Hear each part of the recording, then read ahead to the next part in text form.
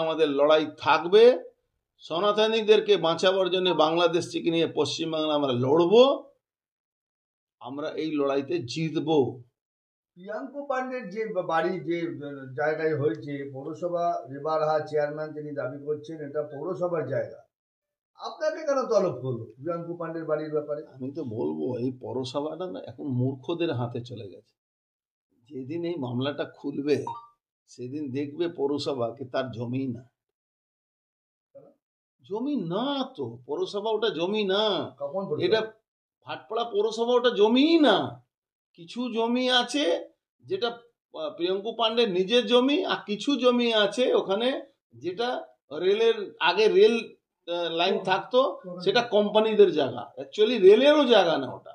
আপনি জানেন প্রিভিয়াস টাইমে রেলকে জমি কিনে দিতে হতো, তখন রেল লাইন এই জুট মিলি এলাকাতে যেত। সেই রেল যখন উঠে গেলে এই জমিগুলো কিন্তু অ্যাকচুয়ালি কোম্পানিদের জায়গা, যে যে মিলের কোম্পানি আছে তাদের জায়গা, এটা সরকারি জায়গাই না। পৌরসভা চেয়ারম্যান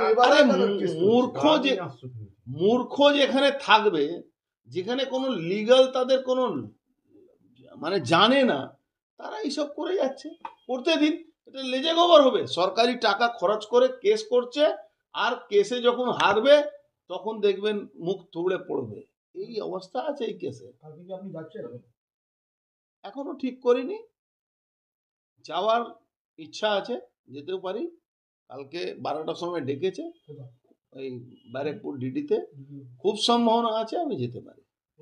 এই যে একাধিক নোটিশ আপনার কাছে আসছে, এইগুলো কি উপর থেকে পরিচালনা করছে মনে হচ্ছে? এটা সরাসরি মমতা ব্যানার্জি করাচ্ছে। আসলে এখানে সোমনাথ শ্যাম প্রিয়াঙ্কু পান্ডেকে মার্ডার করার প্ল্যান করেছিল। সোমনাথ শ্যাম পার্থভৌমিক আমাকে খুন করার পর যেন এখানে একটা চাংড়া আছে অমিত সিং, তাকে দিয়ে আমার বাড়িতে অ্যাটাক করেছিল। এই সব মামলাগুলো হাইকোর্টে চলছে। হাইকোর্টে চলার জন্য আমাদের উপরে প্রেসার দেওয়ার জন্য, যাতে হাইকোর্টে কোনো ডিসিশন না হয়, আমরা কেস থেকে ব্যাক করে যাই, তার জন্য এইসব হচ্ছে। আমি মনে করি এসব মূর্খরা আছে এরা। আমরা মমতা ব্যানার্জির বিরুদ্ধে লড়াই করার জন্য সারা পশ্চিমবাংলা সনাতনীদের পাশে দাঁড়িয়েছি, সনাতনীদেরকে নিয়ে লড়াই করছি, আগামী দিনও লড়াই করব। আমরা এইসব ডোন্ট কেয়ার, আমরা এইসব নিয়ে মনেও করি না। এর আগেও তো সিআইডি নোটিশ করেছে, ডিডি নোটিশ করেছে। সিআইডি নোটিশ করলেই কি আমাকে যেতে হবে নাকি? আইনও আছে তো, যখন তখন সিআইডি নোটিশ করে দেবে আমি চলে যাব। এর একটা নিয়ম আছে, এর একটা আইন আছে, এই আইনটা মেনে করতে হয়।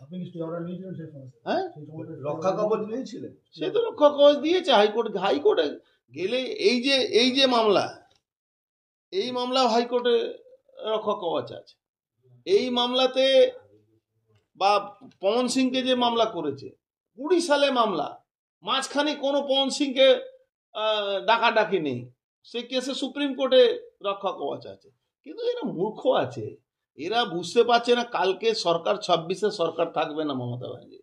যেভাবে জেহাদিদের হাতে মমতা ব্যানার্জি এই পশ্চিমবাংলাকে তুলে নিয়েছেন, সনাতনীরা কিছু হলেও সজাগ হয়েছে, কিছু হলেও এগ্রেসিভ হয়েছেন। সনাতনীরা দেখুন নিজের অস্তিত্ব বাঁচাবার জন্য বাংলায় পশ্চিমবাংলায় এই সরকারকে সরাবেনি।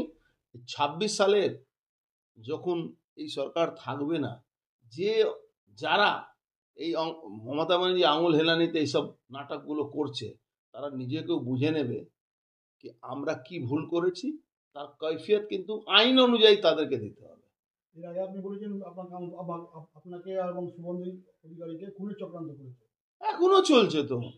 কালকে আমি গেছিলাম নদীপ কোর্টে, নদীপ কোর্ট থেকে আমি ইস্কন মন্দিরে গেছি। আমাকে একটা 80-82 বছরের মানুষ বলছেন আপনি সাবধান থাকুন, আপনাকে এই সরকার মারিয়ে দেবে, খুন করাবে।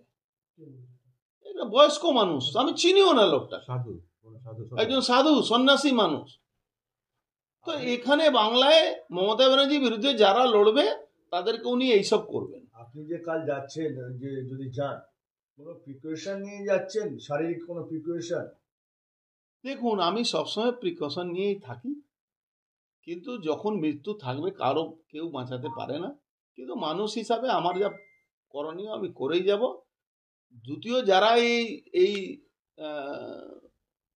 এই ধরনের ঘটনাগুলো করছে, এখন একটা নতুন ভাইরাস বেরোচ্ছে, এই ভাইরাসের মধ্যে এই যে সব অ্যালার্ট জারি হচ্ছে বাংলায়, তো এরা এইসব ডাকতে পারে কি না পারে, এটাও একটা আইনের ব্যাপার আছে, জানতে হবে। HMVP এই ব্যাপারটাও আমাকে জানতে হবে কি এই সময় এরা ডাকতে পারে কি না পারে, এর একটা বড় প্রশ্ন আছে। আমরা যখন কোর্টে যাব সেই প্রশ্নটা করবো। ওকে তো নিশ্চয়ই জানিয়ে দিয়েছি, জল জানে। হ্যাঁ,